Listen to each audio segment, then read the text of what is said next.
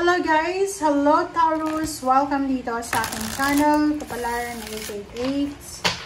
Welcome Taurus! Alamin natin kung anong messages, vibration, gabay, energy para sa inyong lahat. This is general reading, so pwede kang makaresonate. Taurus. I hope na nasa mabuti kang kalagayan, Taurus. Sana mag-enjoy ka dito sa reading ko. OMG. Oops. Gustong lumabas niya. Okay, beach fire. Stand up for yourself. Number 16. 7. Okay, dito tayo. Stand up for yourself, Taurus. 16, 7. And resonated siya dito sa number 12, which is don't seek anyone's approval. Parang sinasabi sa'yo dito, Taurus, na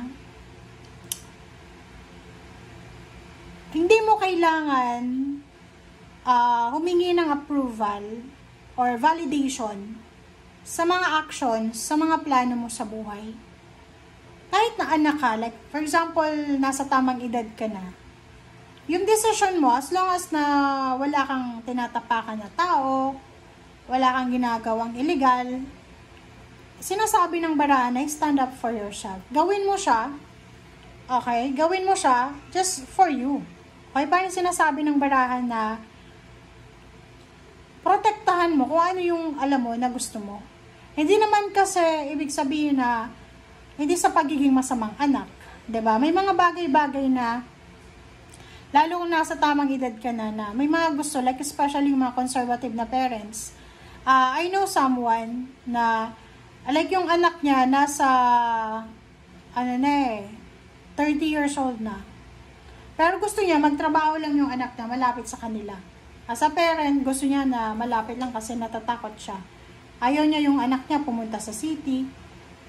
Which is parang ano naman yon, nilalagay natin yung anak na yon sa parang imprisonment, entrapment.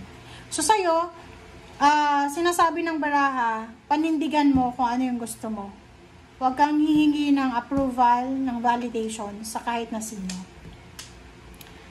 Yung mga pangarap mo sa buhay, hindi ka dapat natatakot.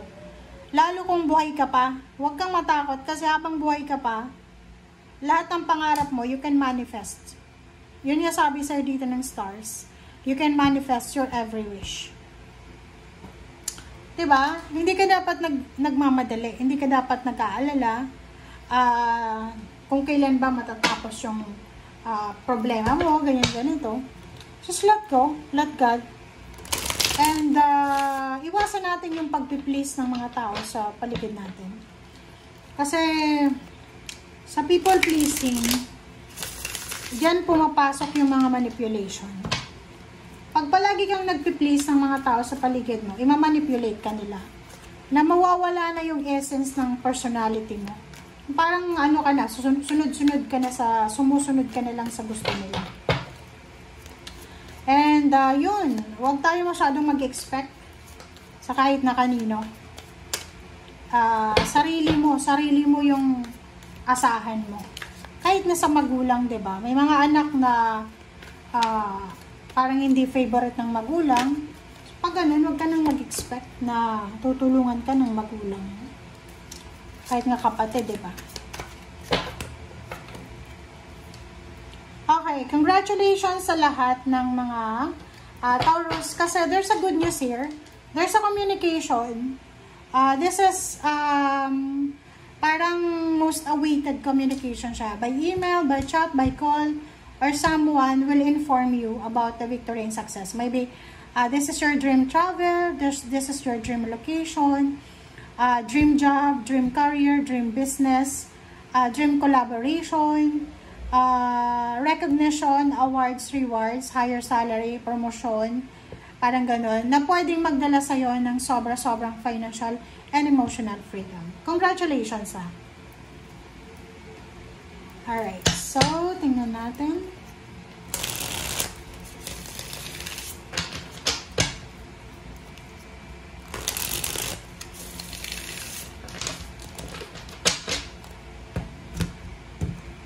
Okay, last deck na tayo, guys.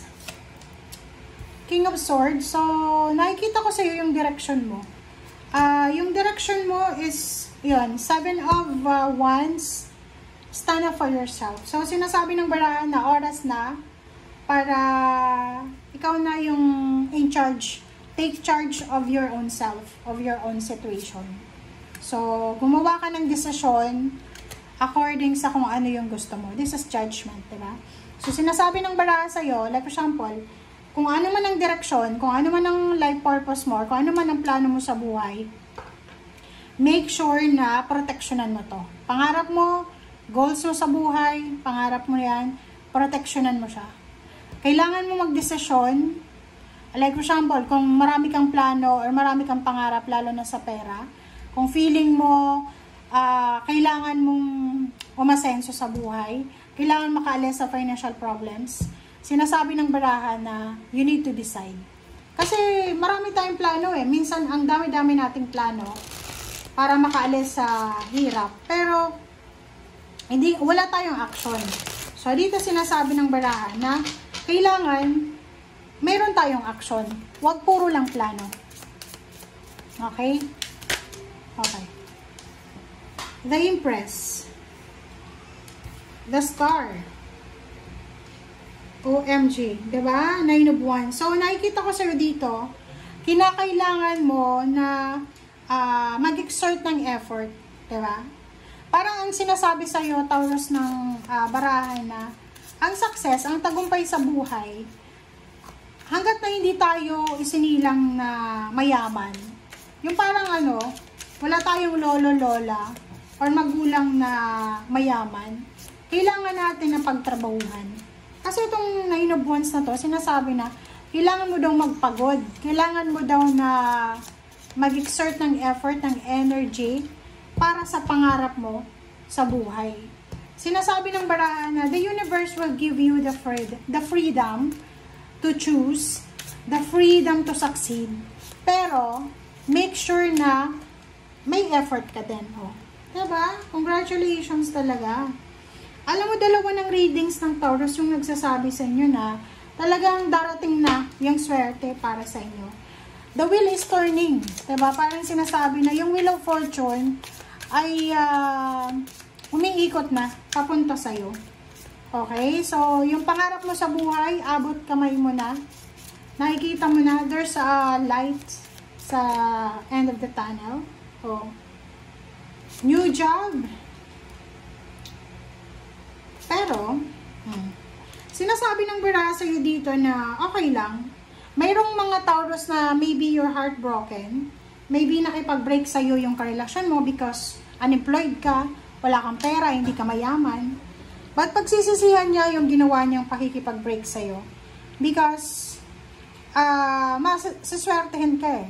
Isang trabaho ang posibleng papasukan mo na pwedeng tataas yung posisyon mo sa trabaho, mapopromote ka, or pwede kang mag-travel around the world. Diba? So, congratulations sa'yo. Okay? Thank you guys. Bye!